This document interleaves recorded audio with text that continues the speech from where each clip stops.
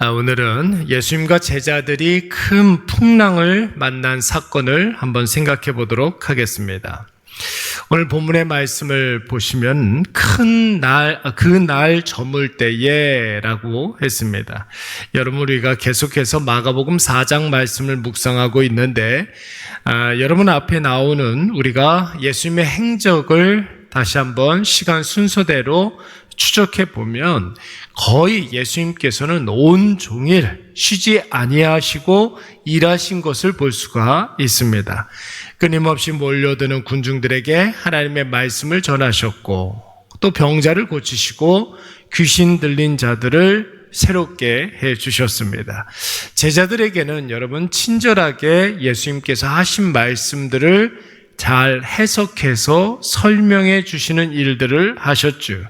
예수님의 하루는 그야말로 눈코 뜰 새 없이 바쁘고 분주한 하루였습니다. 그리고 오늘 본문의 말씀을 보시면은 밤을 맞이하게 되었습니다. 이제는 예수님께서도 육신을 갖고 계셨기 때문에 쉴 만도 하신데, 이제는 하루를 마무리하실 만도 하신데, 예수님은 제자들에게 떠날 채비를 하라고 명령하셨습니다. 갈릴리 호수 건너편으로 가자고 재촉하신 것입니다. 여러분, 제자들 입장에서 본다면 좀 어리둥절하지 않겠습니까? 이제는 좀 쉬자 하실 줄 알았던 예수님께서 갑자기 이 야밤에 떠날 채비를 하라고 하십니다. 그리고 갈릴리 호수에 배를 띄우라고 하시는 것입니다. 영문을 몰랐던 제자들이 예수님께서 배를 띄우라 하시니 말씀에 순종하여서 배를 띄웠고, 예수님과 제자들을 태운 배는 이제 드디어 갈릴리 한복판에 이제 이르게 된 것입니다. 여러분, 그때 어떤 일이 벌어졌습니까? 37절 말씀해 보시니까 큰 광풍을 만났다 그랬어요. 큰 광풍을 만났다. 여러분, 성경에 종종 특히 복음서에 풍랑, 파도 이런 것들을 만났다 하면 거의 다 갈릴리 호수를 말하는 것입니다. 여러분, 혹자는 바다도 아니고 호수에서 무슨 풍랑이 많이 일어난단 말인가 이렇게 생각하시는 분들도 있을 수 있겠어요. 그런데 여러분, 갈릴리는 정확하게 호수라고는 이야기할 수는 있습니다. 그러니까 인위적으로 물을 이렇게 담아두는 호수라고 볼 수가 있죠. 그런데 여러분, 그 호수의 크기가 우리나라의 강남 3구를 보다 좀 더 큰 그런 크기라는 거예요. 그러니까 김포시하고 비교를 해보면 김포시가 조금 더 크기는 하지만 갈릴리 호수는 그렇게 큰 호수였던 것입니다. 그래서 옛날 사람들은 그 크기를 가늠할 수가 없으니까, 호수가 너무나 크니까 이 호수를 뭐라고 그랬습니까? 바다라고 이야기를 한 것이죠. 바다다. 갈릴리 바다다. 그래서 갈릴리는 지금도 그렇고 예수님 당시에도 그렇거니와 갈릴리 호수에는 큰 풍랑이 자주 일어났습니다.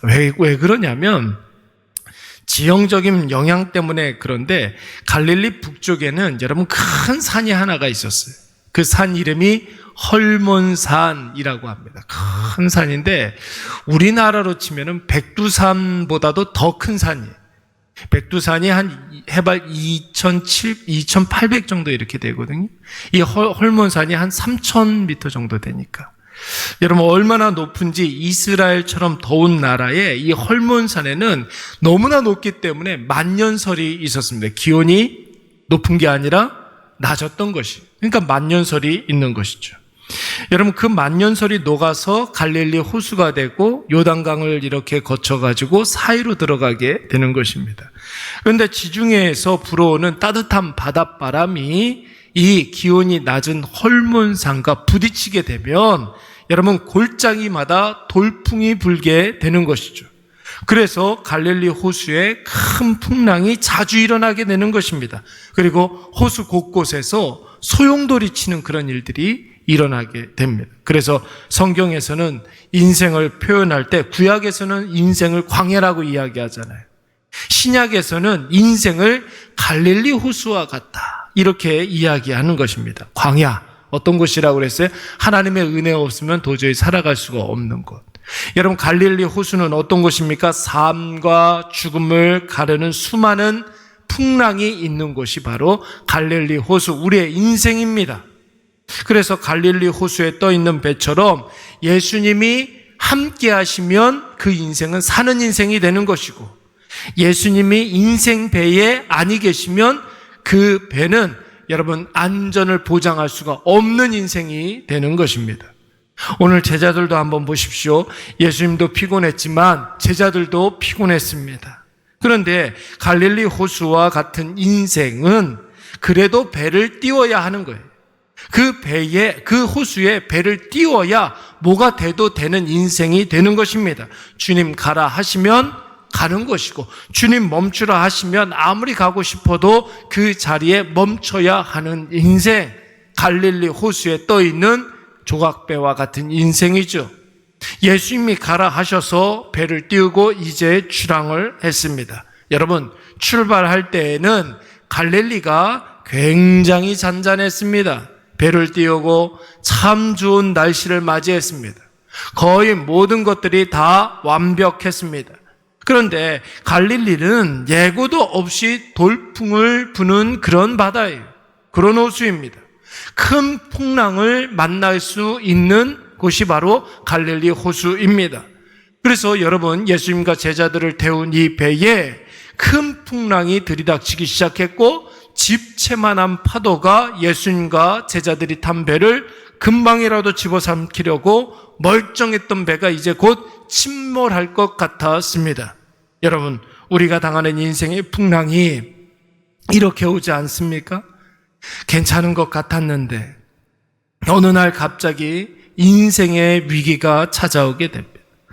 곧 죽을 것 같고 금방이라도 어떻게 될 것 같았는데 어느새 문제가 풀려서 생각지도 못한 평안이 찾아올 때가 있고, 그러다가 갑자기 암초를 만날 수도 있고, 간신히 암초를 피해서 이젠 됐다 했는데 갑자기 바다에 소용돌이가 칠 때도 있고. 여러분, 그런데 이 배에 누가 타고 있었습니까? 바로 갈릴리를 만드신 예수 그리스도께서 이 배의 선장이 되어 주셨다라는 것이에요. 여러분, 이 우리 인생의 배에 예수님이 탑승해 계시면 어떤 풍랑이 있어도 괜찮습니다. 아무리 큰 풍랑이라도 우리 예수님께서 우리 인생 배의 선장이 되어 주시니까 여러분, 아무런 걱정이 없지요. 잠깐 멀미가 날 수는 있습니다. 저는 멀미 나는 거 굉장히 싫어하는데, 여러분, 멀미 나는 그런 때가 있죠. 왜 없겠습니까? 그런데 그 멀미가 영원하지 않습니다. 금방 괜찮아집니다. 균형을 못 잡고 넘어질 수도 있습니다. 여러분, 넘어지면 어떻습니까? 예수님께서 손잡아 일으켜 세워주시면 다시 일어날 수 있는 것입니다. 못 일어날 리가 없어요. 예수님께서 우리를 두 손을 붙잡고 다시 일으켜 세워주십니다. 배 안에 있는 물품을 여러분 휘청휘청거리면서 잃어버릴 수도 있지 않겠습니까? 그러나 가장 중요한 예수님이 계시고 그 예수님이 우리의 생명을 보존해 주실 것 아니겠습니까? 사도 바울이 여러분 유라굴로를 만나서 거의 배가 난파 직전까지 갔는데 여러분 무엇은 건져 올렸어요? 생명은 건져 올렸지 않았습니까? 모든 물품들은 다 잃어버렸지만 생명은 건질 수가 있었던 것입니다. 그런데 여러분, 여기서 한 가지 궁금한 점이 한 가지 있지 않습니까? 이 큰 풍랑이 이는 갈릴리에 누가 배를 띄우라고 한 거예요? 예수님께서 배를 띄우라고 하신 것입니다. 갈릴리를 건너가야 한다면 여러분 누가 쫓아오는 것도 아니고 내일 날이 밝아서 갈릴리를 건너갈 수도 있는데 굳이 피곤한 사람들한테 예수님께서 지금 곧 바로 지금 배를 띄우라 하셔서 순종하는 마음으로 갈릴리에 나섰다가 지금 이 큰 곤욕을 당하게 된 것입니다. 그렇다면 여러분, 이것은 결론적으로 예수님이 의도적으로 제자들에게 갈릴리로 가자고 한 거예요. 큰 풍랑을 만나게 하시기 위해서 예수님께서 제자들을 재촉하신 것입니다.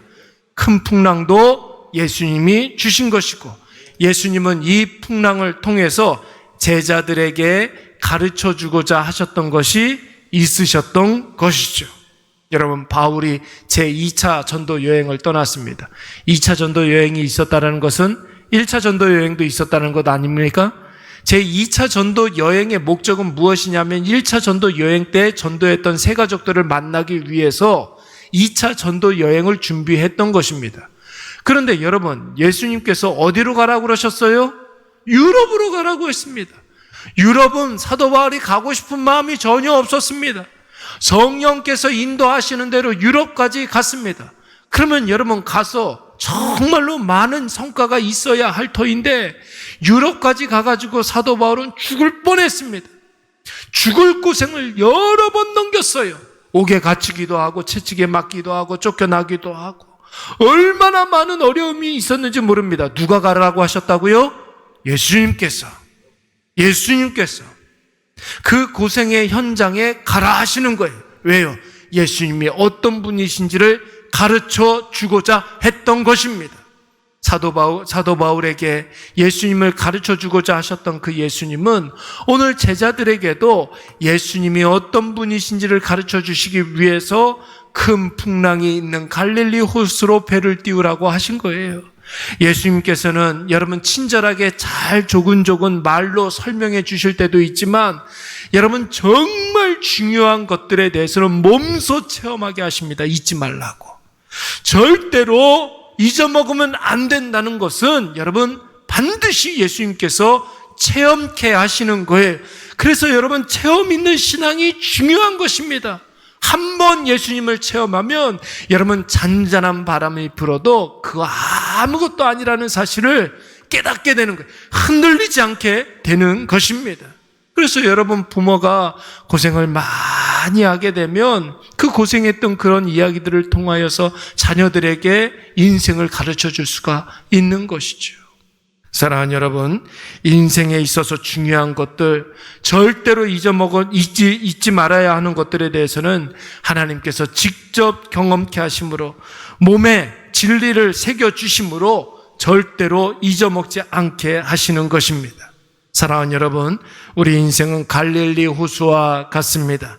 예고도 없이 풍랑이 일어날 때가 있습니다. 생각지도 못했는데 잔잔한 순풍에 돛담배 이렇게 항해하듯이 갈 때도 있습니다. 집채만한 파도가 우리 배를 삼키려 하기도 하고 노력하지도 않았는데 물고기를 잡을 때가 있습니다. 변화무쌍한 갈릴리 호수에 여러분 나 홀로 있다면 그 풍랑 가운데 침몰해 버릴 수도 있고 순풍을 만난 사람은 교만해서 망할 수도 있습니다. 그러나 내 인생의 배에 우리 예수님 선장 되시오니 괜찮습니다. 결국은 승리하게 될 것입니다. 오히려 그 풍랑 때문에 더 빨리 건너갈 수가 있게 되는 것입니다. 오늘 이것을 꼭 기억하셔서 지금 내 앞에 있는 모든 문제들 다 지나고 해결되게 되면 우리는 하나님 앞에 이만큼 더 잘하고 성장해 있을 줄로 믿습니다. 우리